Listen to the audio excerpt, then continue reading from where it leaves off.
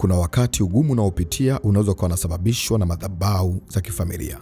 Ndiyo, madhabahu za kifamilia. Madhabahu za kifamilia ni kati ya kizuizi kikubwa ambacho kimewazuia watu wengi kufikia ndoto zao na hata kukamilisha malengo yao. Kuna wakati unaweza kuwa unapambana kwa juhudi nyingi, unajitahidi kwa namna zote, unajikagua mpaka mwisho, unasema mimi nina kasoro gani? Ni wapi ninakosea? Ni wapi ninajikwaa? Kumbe kinachokuzuia kufikia ndoto zako ni madhabahu za kifamilia. Wacha nikueleze jambo hili. Kila familia inaweza ikawa ina asili yao na ikawa na utaratibu wao na miungu yao na wakati mwingine na mizimu yao. Na wakati mwingine kwa sababu tumetoka kwenye familia inaweza ikawa na utaratibu ambao iliuweka. Kwa mfano, wakati mwingine familia zingine zinataka watu waoane aina fulani kwa aina fulani. Na wakati mwingine familia zingine unakuta hakuna mtu ambaye kufikia mahali fulani. Kwa unapojitahidi kuvuka ule mpaka wa kifamilia ambao kwenye familia hakuna mwae kumiliki kitu kama hicho au hakuna mwae kupata heshima namna hiyo, unajikuta unapatana na upinzani mkubwa ambao hujaitokea kwenye maisha yako. Upinzani wa madhabahu za kifamilia unaweza kukuzuia kupata ndoa, unaweza kukuzuia kupata watoto, inaweza kukuzuia kupata kazi, unaweza kukuzuia kupata ukamilifu wa kielimu. Wakati mwingine kuna mtu unaweza kuwa unapambana sana kielimu, unatamani ufikie ndoto zako au unatamani watoto wako wafikie mahali fulani, lakini unakuja kukutana na maroho ya kurithi ya kifamilia, kwamba katika familia kuna mtu ambaye kufikia level hiyo. Na wakati mwingine majina yetu unakuta tumeyarithi kutoka kwa wakuu au watu waliowahi kuwepo kwenye familia. Unakuta huyo kwa jina lake hajawahi kufikia mahali fulani, au huyo kwa maisha yake aliyoishi hajawahi kufikia mahali fulani. Kwa unajikuta unapambana, unataka uvuke pale, zile roho au kile kimvuli chake au ile nguvu yake ambayo alikuwa nayo hapa duniani inakuzuia, inasema hapana, hauwezi kufika mahali fulani. Vizuizi vya kifamilia vimewafanya watu warithi magonjwa. Unajitahidi unapata pesa, bahati mbaya sana pesa ikipatikana na magonjwa yanakuja. Unajitahidi kutibia ugonjwa fulani au uponi, kumbe ni ugonjwa ambao umetokana na madhabahu za kifamilia. Unajitahidi kutafuta ndoa, unasema mtumishi wa Mungu, natafuta ndoa lakini sipati ndoa. Ukiangalia kwenye familia yenu hakuna mtu aliyewahi kupata ndoa ya heshima, au mtu akipata ndoa vita yake inakuwa ni kubwa. Mtu akipata pesa anapitia vita kubwa. Mtu ambaye ameinuliwa kwenye familia kidogo kwamba sasa huyu awe msaada kwa watu wengine, unakuta vita yake inakuwa ni kubwa. Bahati mbaya kuna wengine kwenye familia ni wachawi. Wanapoona mtu mmoja ameinuliwa, basi wanampiga vita mtu huyo, wanatamani aibike, arudishwe nyuma ili wote tu maisha yawe sawa. Vizuizi vya kifamilia vimekuwa vinatesa maisha ya watu. Wakati mwingine tumezaliwa kwenye familia za kimaskini. Unapotaka utoke kwenye hali hiyo kwamba ulete heshima nyumbani, vita inakuwa ni kubwa. Wakati mwingine ndugu wenyewe wanaweza kuinuka kukupiga vita. Ndugu kabisa ambao wanatakiwa wafurahie mafanikio yako, wanaweza kukujeruhi, wanaweza kuinuka kukupinga, wanaweza kuinuka kusema unajiona, angalia unavyojifanya huko hivi na hivi na hivi. Wakati mwingine nia yako ni njema kabisa, lengo unataka uwainue, lengo unatamani maisha ya kwenu yabadilishe, lakini miungu na watu wa jamii yako wanakupiga vita. Kwa bahati mbaya sana, wale wanaokuwa maadui zetu ni wale ambao wanatujua. Wale ambao wanakuwa maadui zetu ni wale ambao tuliwahi kuwapa nafasi. Wale ambao wanakuwa maadui zetu wakubwa ni watu ambao wanajua asili yetu, wanajua chimbuko letu, wanajua maisha yetu. Nataka niseme wakati mwingine jitahidi kupata muda wa kuomba. Tafakari kwenye familia yako kuna kizuizi gani? Kuna kitu gani ambacho familia haijawahi kuwa nacho alafu unataka uweze kukifikia? Wakati mwingine hata magonjwa ambayo yanakufuatilia au yanafuatilia familia yako, au vizuizi, watoto naona wanafikia mahali fulani wanaishia pale. Kuna watu kwenye familia huwa wanaishia form 2, hawavuki zaidi hapo. Hata ukijitahidi mtoto mvushe zaidi hapo, anavuka kweli, anaweza kafika form 4, lakini akili yake na mawazo yake ya kielimu yalishaishia form 2. Kwa unajitahidi kumpambania mwanao avuke pale, yuko kama Gelesha, yupo tu kama Boshen, lakini akili yake ilishaishiaga kwenye form 2. Akili yake ilishaishiaga darasa la 7. Kwa unakuta mtoto unamsomesha kwenye shule ya gharama, unamsomesha, unampambania, lakini akili yake ilishaishia darasa la 7. Kule anafanya kwa ajili ya kukufurahisha. Kwa wakati mwingine unahitaji kuivunja hiyo madhabahu, kuvunja yale ambayo yaliwahi kunenwa, yale ambao waliwahi kuyafanya waliotangulia, ili tuweze kufikia malengo mapya ambayo yataweza kumletea Mungu utukufu zaidi. Ninao maandiko kadhaa ambayo yanaweza kusindikiza ujumbe huu ili kuonyesha umuhimu kwamba jambo naloliongea ni jambo la kiroho. Biblia inasema nasi kwenye kitabu kile cha Waamuzi, ile sura ya 6 mstari wa 25. Ikawa usiku huo Bwana akamwambia, twaa ng'ombe wa baba yako ukaibomoe madhabahu ya Baali alionayo baba yako, na ile Ashera iliyo karibu na ile ukaikate. Yani ile Ashera ambayo iko karibu na ile madhabahu nayo ukaikate. Haya ni maneno ambayo Mungu mwenyewe alimwambia Gideoni ya kwamba aende akaivunje madhabahu ya baba yake. Mungu alitaka kumtumia Gideoni, lakini akagundua kwamba katika namna ambavyo atavyotaka kumtumia Gideoni, ana kizuizi cha madhabahu ya baba yake. Kuna namna Mungu anataka upate ndoa kama hauna ndoa.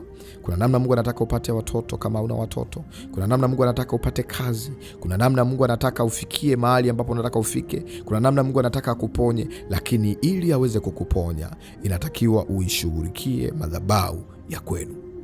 Madhabahu ya kwenu inatakiwa uikatae kama unaona kuna mambo ambayo yamekuwa ni kizuizi kwako. Kwa hiyo kama kwenu kuna magonjwa, hayo magonjwa unaona unaumwa, au unaona kuna ndugu zako waliumwa ugonjwa wao na wewe unaumwa, na wewe unakufuatilia, kuna pepo fulani la kuzalia nyumbani, ndugu zako walizaa na wewe unaona na wewe umezalia hapo hapo, na wakati mwingine wewe uko kwenye ndoa unanisikia, Mungu amekupa neema kweli, lakini kuna aibu fulani uliipitia.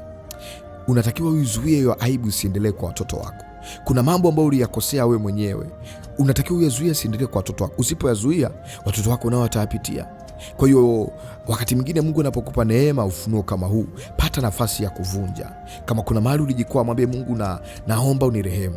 Navunja ili agano lisiendelee kwa watoto wangu. Navunja hiki kisasi kisiendelee kwenye familia yangu. Navunja hii aibu isiendelee kwenye nyumba yangu. Navunja mkosi usiendelee kwenye familia yetu katika jina la Yesu. Haya magonjwa, kuna ugonjwa unaumwa, unaona huo ugonjwa kuna mtu mwingine alikuwaga nao, unapona unarudi, ulimuua fulani. Pata muda wa kuukataa. Sema, ugonjwa najua umetoka kwenye familia na ukataa. Huu ugonjwa sio wa kwangu. Huu ugonjwa sio wa kwangu. Kataa, kwa sababu kila unachokitamka ndicho kinachotengeneza muujiza. Wakati mwingine mambo ya kiroho yanahitaji utamke alafu uamini.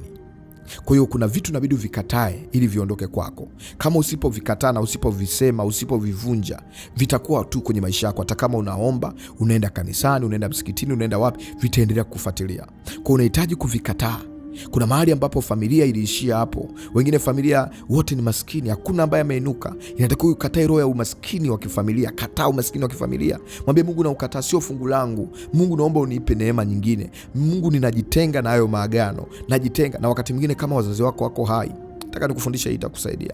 Kama wazazi wako wako hai, yuko mmoja wako wawili, chukua pesa yako, iwe kama ni sadaka. Wale wazazi ni lango la kiroho. Wazazi wako ni lango la kiroho. Hata kama unaona ni lango tu la mwilini, pia ni lango la kiroho. Chukua pesa yako au andaa sadaka yako, ichukue, iwe ni sadaka special. Andaa ya mama, andaa ya baba, peleka kwa baba yako au kwa mama yako. Mwambie, baba au mama, nimeleta hii zawadi, naomba unitamkie maneno ya kunibariki, na ninaomba unifutie kama kuna maneno yote mabaya uliwahi kuyatamka, ayafute mzazi wako. Nataka nikwambia kwamba utakuwa umefungua lango ambalo utakuja unipe ushuhuda baadaye. Kuna vifungo vingine tunavipitia, tuliwahi waumiza wazazi wetu, tuliwahi waumiza watu ambao walikuwa wamewekeza vitu vingi kwetu.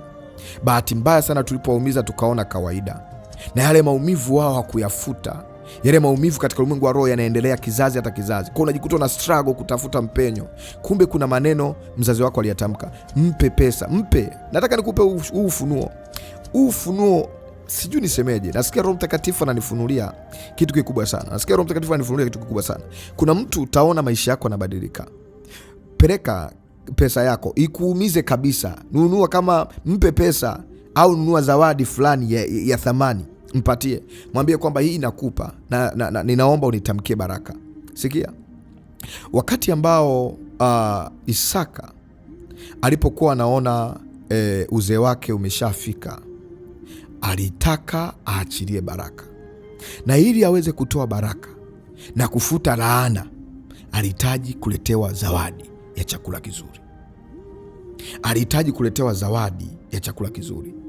Alipoletewa kile chakula kizuri, japo kulikuwa kuna mambo yaliyotokea pale, ndipo akaweza kutamka baraka kwa Yakobo. Tunaposema Israeli leo, ni kwa sababu kuna namna mzazi wake alimwachilia, kuna namna mzazi wake alimbariki. Tunapotaka kuona mafanikio yako leo, ambayo hata mtu akuendee kwa mganga asikupate, hata mtu akuloge asifanyikiwe, pata nafasi ya kuruhusu wazazi wako wakutamkie baraka. Hata kama ni mchawi mzazi wako, hata kama ni mlevi, hata kama unasema mzazi wangu ni wahovyo, lakini kuna lango lake la kiroho ambalo akiruhusu ubarikiwe kwa kumpa sadaka yako. Kuna namna, ni kama vile umeenda kwa mtumishi wa Mungu ukaombewa, hujatoa sadaka, na mtu ambaye ametoa sadaka, mpenyo wa mtu ambaye ametoa sadaka wa kufunguliwa ni mkubwa kuliko ambaye hujatoa sadaka, kwa sababu katika ulimwengu wa roho sadaka inatuunganisha na matamko. Sadaka inatuunganisha na kile ambacho kilikuwa kimekusudiwa kiroho. Kwa hiyo sadaka ni kama inavuta na kuthibitisha yale mambo yaweze kuwa ya kwako au yakamilike kwako. Kwa hiyo ni muhimu kuelewa mzazi wako kama yuko, ni lango la kiroho. Kuna mwingine anasema, mtumishi wa Mungu, wazazi wangu walishakufa. Unao nafasi ya kuchukua sadaka yako, peleka kwa mtumishi wa Mungu, kwa sababu pia naye ni lango la kiroho. Mwambie mtumishi wa Mungu, wazazi wangu mimi walikufa, ni hii sadaka ya kufuta maagano ya familia, na kama kuna maneno ambayo wazazi wangu walinitamkia, hii sadaka ikasindikize, hii sadaka ikayafute maneno yote na ikalete baraka, ikalete baraka. Mtumishi wa Mungu, nitamkie kwa niaba ya wazazi wangu. Nataka nikukupe jambo hili, utaona Mungu akikusaidia, utaona Mungu akikutendea mambo makubwa. Fungua pamoja nami kitabu kile cha Mwanzo sura 27 mstari wa 5, wa 6 na ule wa 7. Hapa kuna mambo makubwa ambayo yanaweza kukusaidia kupata ufunuo wa kiroho. Ukisoma sura yote ukianzia mstari wa kwanza, yani 27 mstari wa kwanza, kuna mambo mengi ambayo utajifunza, lakini kwa sababu ya pointi ya msingi ipo mstari wa 25 na 26. Akasema, niletee karibu nami nipate kula mawindo ya mwanangu, ili roho yangu ikubariki. Huyu ni baba yake, yani huyu ni Isaka, alikuwa anamwambia mtoto wake Yakobo. Yakobo alifanya vitu vingi hapo, utasoma hapo utaona. Yakobo akawa ameandaa chakula kwa msaada wa mama yake, akawa ameandaa chakula kizuri, na baba yake alipokula akaanza kumbariki. Baada ya kula, baada ya kunywa, akambariki, akaanza kumtamkia maneno mazuri. Kumbe kuna baraka ambazo zinaweza zikawa zinakuja kwenye maisha yetu kupitia wazazi wetu. Kwa hiyo ni jambo muhimu sana uweze kulielewa kiroho. Lakini pia kuna laana pia ambazo ziko kwenye familia, zinaweza zikaja kwetu kama wazazi wetu walizitamka, kwa kuunganishwa na masadaka, kwa kuunganisha na maviapo, kwa kuunganishwa na vitu mbalimbali, yanaweza kawa nafuatilia maisha yetu. Kama baraka iliweza kuingia, basi laana pia inaweza kuingia. Hivyo nataka nikuambia kwamba ni muhimu sana kushughulikia madhabahu za asili. Unaona, una dada yako hajaolewa, una ndugu zako au wengine, ninyi ni wazaliwa wa kwanza, wewe ni lango unayowafungulia wengine. Unaona umezuiliwa, kuna mahali unapambana uone mpenyo, wengine nao wamezuiliwa hapo hapo. Mwambie Mungu, naomba unisaidie. Wakati mwingine haya sio mambo ya kawaida, ni madhabahu za kifamilia. Mungu, naomba unipe neema, na simama na vunja madhabahu za familia. Nishawaambia watu wengi kwamba madhabahu ya familia huwezi ukasema ulivunja mara moja, baada ya hapo umenyamaza. Madhabahu za familia zinavunjwa mwaka baada ya mwaka, kwa sababu kila mwaka zinapata nguvu, kwa sababu kuna watu kwenye familia wanaziuisha, kuna watu kwenye familia wanazitolea sadaka, wanazipa nguvu. Kwa hiyo zinapata nguvu tena, zinaanza kuwatafuta watu kwenye familia. Hivyo ujumbe uweze kukupa tafakari ya kiroho na uweze kukutia nguvu, ujue kwamba kuna vizuizi vingine unavyopambana navyo sio vya kawaida. Unapopata nafasi ya kuomba na vunja haribu, Mungu atakusaidia. Kuna mipaka ambayo utavuka, ambayo katika familia yenu hakuna mwayo kuvuka, na Mungu atakusaidia. Ni kuongezea andiko lingine, kitabu kile cha Kutoka sura 20 mstari wa 5. Biblia inasema kwamba usivisujudie wala kuvitumikia, kwa maana mimi ni Bwana Mungu wako, Mungu mwenye wivu. Anasema kwamba naye wapatiliza wana maovu ya baba zao hata kizazi cha 3 na cha 4 cha wanaonichukia. Kwa hiyo kuna namna maovu yanaweza kutoka kwa wazazi yakaenda kwa wana, tena kizazi cha kwanza mpaka cha 4.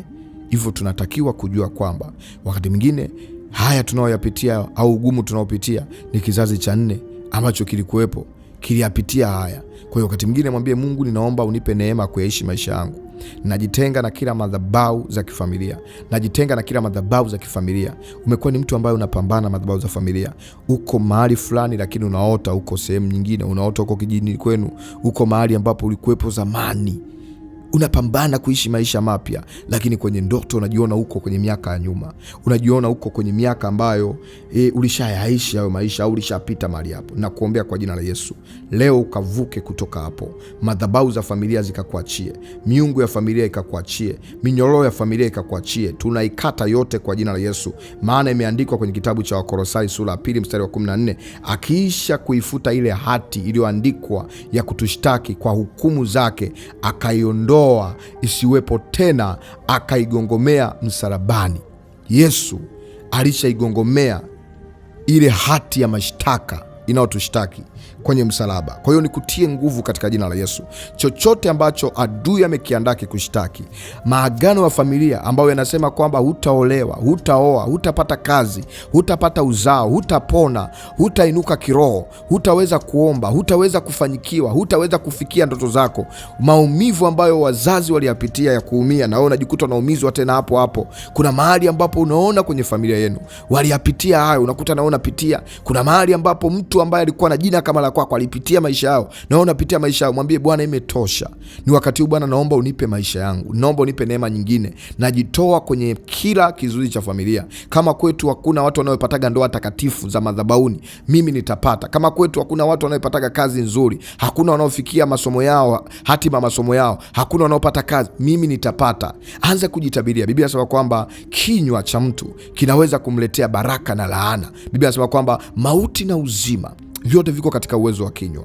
Mauti na uzima, yani baraka na laana, viko kwenye kinywa chako. Vile unavyojitamkia, vile unavyojiona, vile unavyofikiria kwenye kichwa chako, unavyohofu, unavyoona mauti, unavyoona vitu vinakuja kama ndio mwisho wa maisha yako, ndivyo vitakavyokuwa. Badili sasa hivi mtazamo wako. Anza kuamini kwamba Mungu anakuvusha katika hilo. Anza kuamini kwamba Mungu yuko pamoja nawe. Nami nimesimama nawe katika maombi. Baba, katika jina la Yesu, nimesimama kwenye studio hizi. Hii ni madhabahu kamili ambayo Bwana inatumika kuwafungua watu. Nami natamka kwa mamlaka ya jina lako Yesu Kristo aliye hai, namfungua mtu mmoja ambaye amefungua maombi haya. Najua Bwana ulimkusudia, na wakati mwingine adui amekuwa anamletea vizuizi vingi ili asiweze kupata ufungulivu, lakini Bwana kwa neema yako amekutana maombi haya. Nasimama pamoja naye, tunaenda kuvunja kila madhabahu za familia. Vunja pamoja nami madhabahu za familia. Wakati mwingine ukaendelea kuomba, ukasikia unatetemeka, ukaanza kusikia unapiga miayo, ukaanza kusikia mapigo ambayo yanaenda mbio, ukaanza kusikia jasho na kutoka, au unasikia kutaka kutapika, au unasikia miguu ni kama inaishiwa nguvu. Usiogope, endelea kung'ang'ana katika maombi. Tunaenda kuvunja madhabahu za familia, tunaenda kuvunja madhabahu za familia. Simama kwenye nafasi yako, nenda huko katika ulimwengu wa roho. Baba, tunavamia katika kambi ya familia, tunavamia katika wakuu wa familia, tunaangusha ule mbuyu, ninaangusha ule msitu, ninaangusha ile chupa, naangusha katika ulimwengu wa roho. Napangua na kupiga lile chupa lilobeba maagano, lile chupa lilobeba mizimu,